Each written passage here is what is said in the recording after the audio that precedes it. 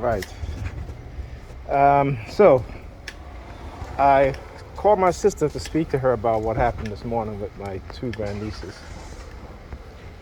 And I told her, I said, look, if this thing continues and they continue to disrespect me in the manner in which they have, I said, I'm not going to be responsible for what happens, okay?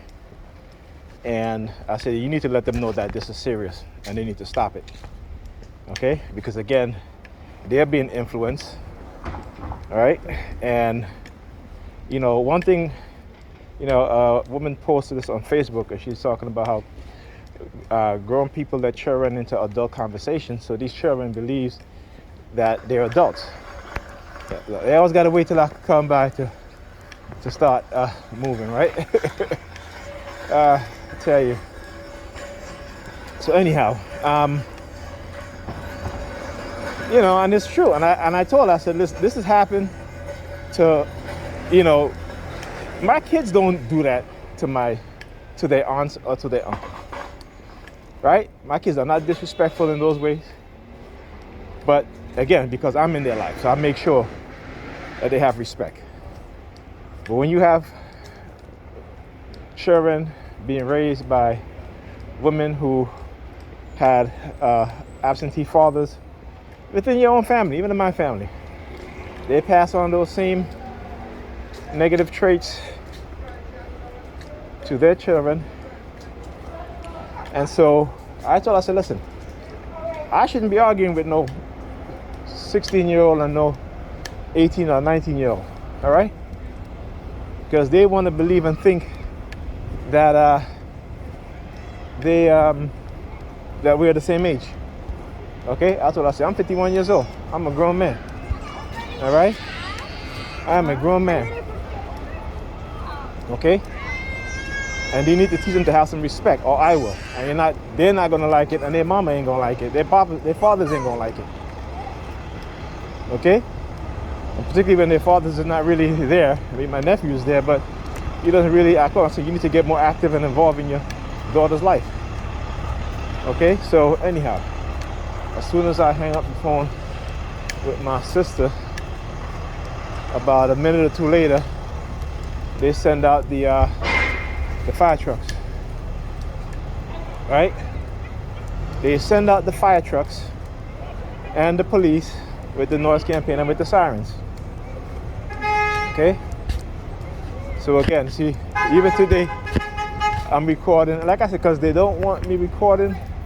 And it's like, oh, if you're recording and you lose or whatever. I don't give a damn. If I lose, I lose. Sometimes you gotta lose to win. Okay? That's how I look at it. Sometimes, let me get across the street here. Sometimes you gotta lose to win. You see, because losing doesn't mean,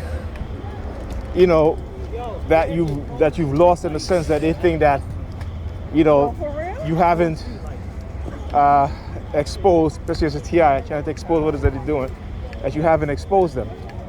Right? They think by taking away other things from you to try to silence you, and it doesn't work. Right? And it doesn't work, that somehow you lose. But no, like I said, sometimes you have to lose to win. And that's how I'm beginning to look at things.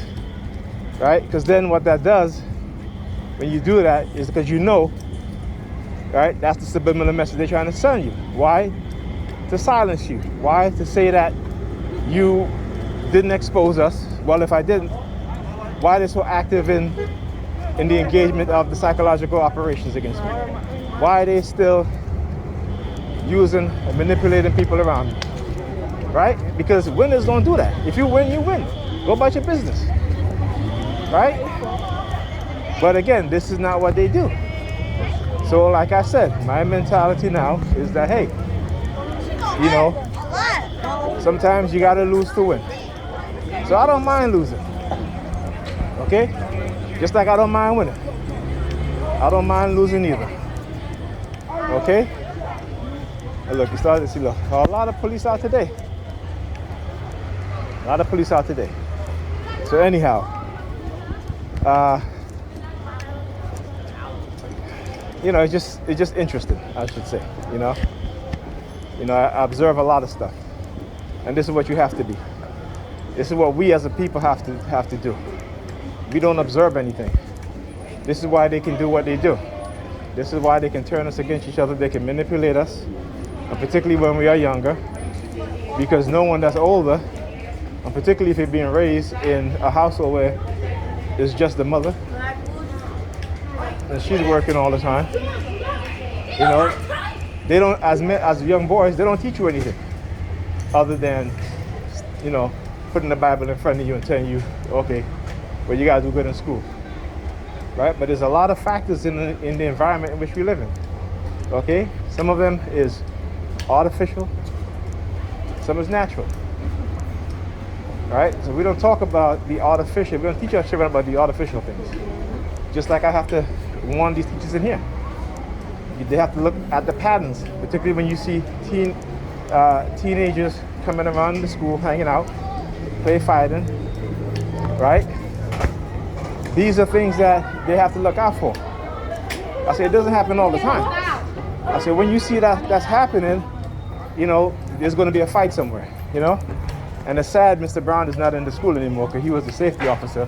And he used to listen to what I say. And he used to take this into consideration. He said to me, he said, you know what, Nigel, you are right, man. I see you observe everything. And I say, yeah, I do. Because you have to. Anyway, I'll talk to you guys in the next video.